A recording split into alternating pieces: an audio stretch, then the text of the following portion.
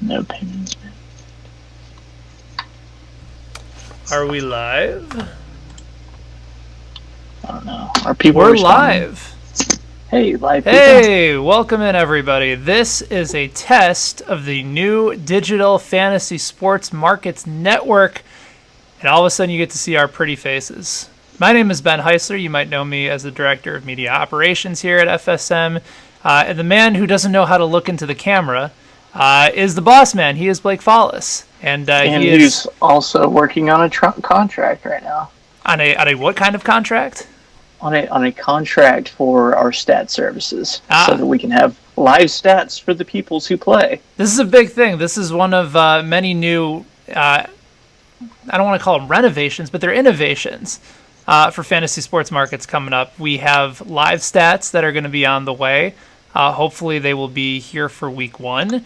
But Blake, we also have a bunch of money that we are presenting for people at fantasy sports markets for week one, like upwards of $160,000 could be yours by the end of just week one, which is pretty unprecedented. That's awesome, because that kind of money could actually pay for the degree that's behind your shoulder there. That's true. Yeah, listen, I had to hang something up here. And all of those nice Wheatie boxes and the price tag is still on the Wheaties boxes. They were $10. So for the old Jordan Wheaties boxes. But does the price inflate? I mean, what's the value of it today? Well, it all depends if you consider LeBron to be better than MJ. If MJ is still the GOAT, then the Wheaties boxes are worth more. MJ is always the GOAT until LeBron gets his 6 rings. Oh, so that's how you're... See, I have the biggest reason to be a Jordan homer, and I'm not going to go there because I think LeBron is more talented. Man. No, but I'm saying I think LeBron is more talented. Oh, absolutely more talented, but when it comes down to the GOAT discussion, you give the GOAT to the man who won the rings. How many chances do you think LeBron has had really an opportunity to win with everybody else? Wait, that's not why we're here. This will be a separate conversation for another time. But in all seriousness, the amount that we have for week one is seriously unprecedented as far as what fantasy sports markets has ever done before. I think last year we offered up $50,000 for week one, and that was pretty much the big guaranteed money. This year we've basically tripled it. I think we did $100,000 last year towards the end of the season to see if we could get everybody back in before the playoffs kicked off. That's right, over in week 17. Yeah, that's been the highest. So this is now the highest that we've pursued as far as prize giveaways. And this is sort of just the beginning of everything for football season. We're going to have a bunch of different contests every single week. There's not just going to be these big contests, but there's head-to-heads, there's cash games.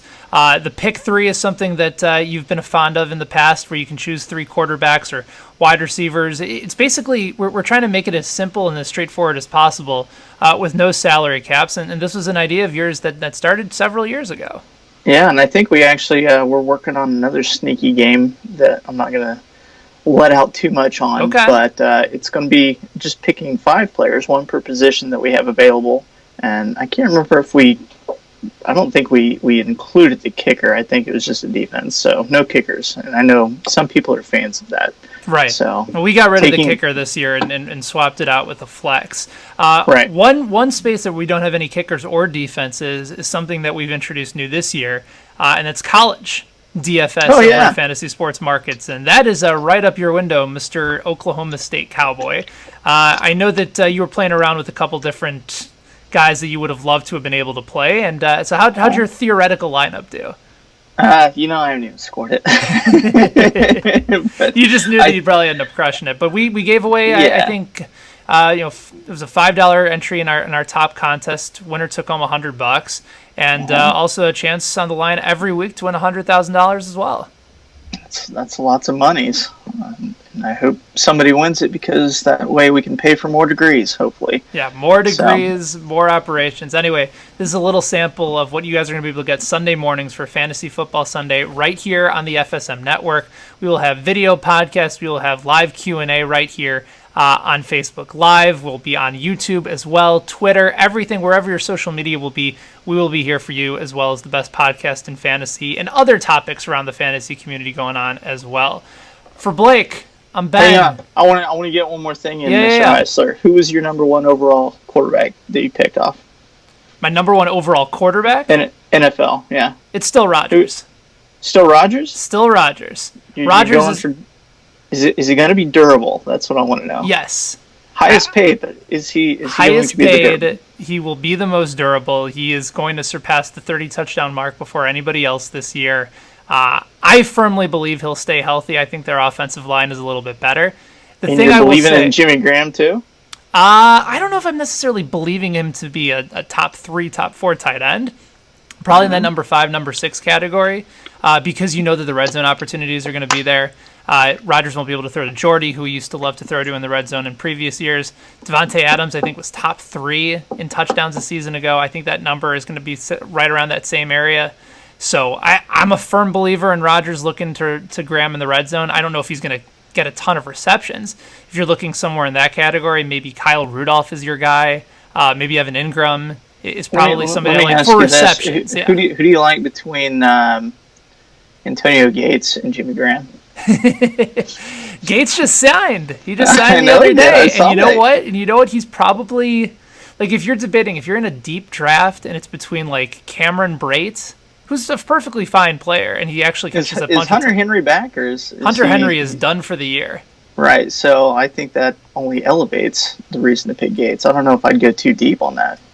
Yeah, but there's still plenty of tight ends. Like Jordan Reed right now is tight end 11 or 12. I would take him before Antonio Gates. Tyler Eifert's tight end 12. I'd probably take him above that. Who are some of the other tight ends? I don't know if I'd take OJ Howard at this point. Let me give you my quick reasoning as to why I would take Gates. Okay. Purely from the end that he's going to vulture. He's just going to be, if you're within 15 yards of the end zone, he's going to be the guy to go to. But think about all the... I think... Think about all the weapons, you go beyond that. You go beyond 15 yards, and you got Keenan Allen and multiple weapons to go after. But you know, because Phillip Rivers is a big fan of breaking records that were previously set. It was one of those records, number of children.